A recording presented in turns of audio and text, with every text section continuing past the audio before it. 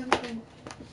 This is kind of what I, with you last night, and what you probably needed to do but didn't know.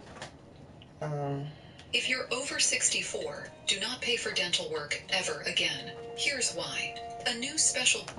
Yes. We're looking for push. We're looking for a simplistic way of just taming down the hook. And so we do that by just... You're having too much left. It was hooking. Right. This is what we like to do. So I'm going to make a pretty big move, and Brad's 100% right. No matter if you're someone that likes to throw between second arrow or you're someone that likes to hook them a little bit more, when the lanes get dry, the move eventually is going to be left. So mine right now might be a little bigger move than your guys's, but you're still going to have to do it no matter what. So before I was looking between third and fourth arrow, we're going to make a move. We're going to be inside of fourth arrow here between fourth and fifth, and let's see what happens just with the move left.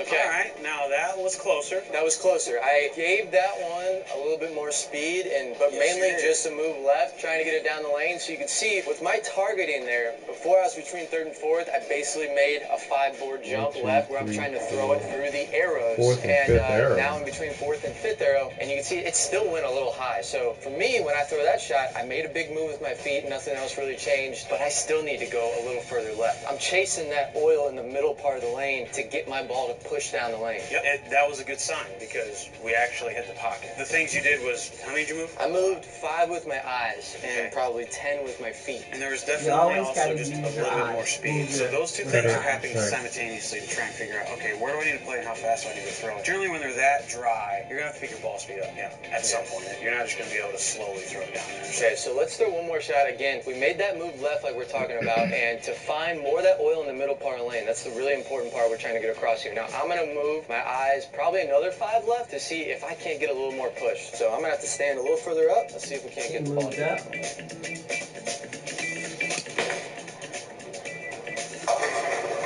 You can't just stand back here all the time. Feet more left, moving my eyes more left. We're chasing that hold. Some of you might not know what hold means, but it's that oil in the middle part of the lane that allows our ball to really push down and get to the pocket. You can see on those first shots, the ball really picked up, didn't allow my ball to get down the lane. So we're chasing that oil in. So now we have a good idea of what the move is, where we need to play, the direction we need to move. Now let's talk about the bowling balls. All right, so we're on the topic of bowling balls now, and we've kind of figured out this is standard for us. Lanes are really dry. We're just going to get pretty much up against the ball return. If you're a little less rev rate, you may not have to move as much left. If you're high rev rate, you're probably going to move a bunch. We have 2 contrasting bowling balls. We started the video off throwing a Magic Gem, and the Magic Gem is one of the strongest balls on the entire market. And it's interesting because we're bowling on lanes that are extremely dry, and this particular bowling ball is not meant for dry lanes. Right. It's meant for lanes where you need hook, and these lanes we need slide. And so we just want to show you the difference between 2 pretty contrasting bowling balls, but both of them can work. That's kind of one of the ideas that we want to get through. So he's going to start off throwing a Magic Gem like he has been. We're going to throw the Magic Gem. This is a ball that I might use at the beginning of a house shot or the transition, but as the lanes get dry like this, sometimes this ball gets a little too strong, but we're going to throw it for you guys so we can demonstrate. Kind of the same idea where I ended that last one. It's going to be a little inside of 5th arrow here.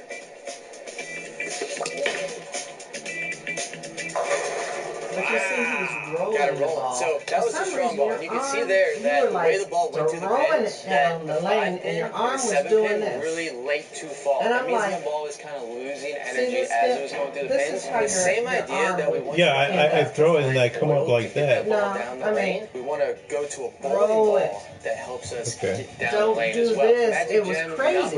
And every time I see you go up and you do this, and your elbow would stick out here, and your arm would come up. And that was just not This is a symmetrical ball with a shinier, weaker cover. It should allow me to get that ball to clear the lane a lot more and give me a little more down lane. Yeah, totally different purpose and design for this ball. And it tells us a couple things. We saw the Magic Gem actually strike. Even though it's not meant for this condition, it got all 10 down. It didn't look all that terrible. That tells me pretty much any ball is almost in place. Right. If the strongest of the strong is still able to strike on the driest of the dry, well then, man, there's probably 4 or 5 different balls that could potentially work. Especially if this one works. If both contrasting balls work, then it's kind of like, well, just pick the one that, you know, gets you to the hole, you're most comfortable with, whatever. Yeah, which one I like. We're gonna stay in the same exact spot with this hustle here. Kind of think of the same thing. And let's just see the difference in reactions.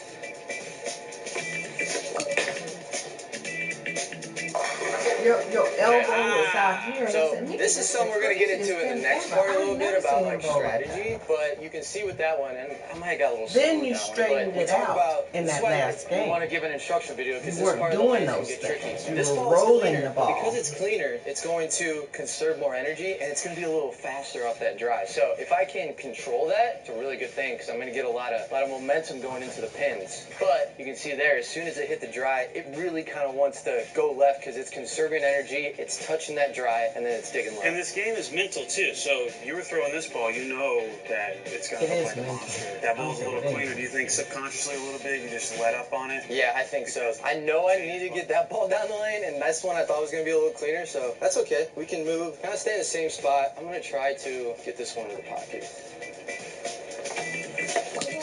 Straight. Not elbow over the head. I like this. Yeah, this is, oh yeah. Alright, so now we're in it.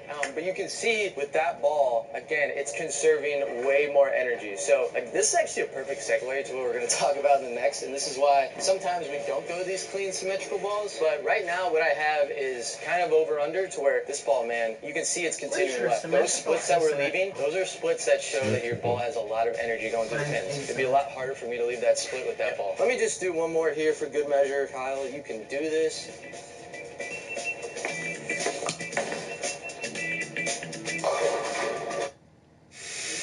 Okay. But anyway, I'm just trying to help you. I know you want to play your games. No, thank you, honey. I appreciate it. This is how I try to improve, is I try to see what I'm doing wrong and how to fix it. Okay.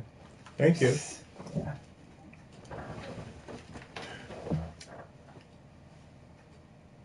I think that's why Ross is getting so good.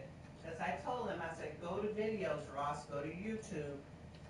See what they're telling you to do and how to fix it.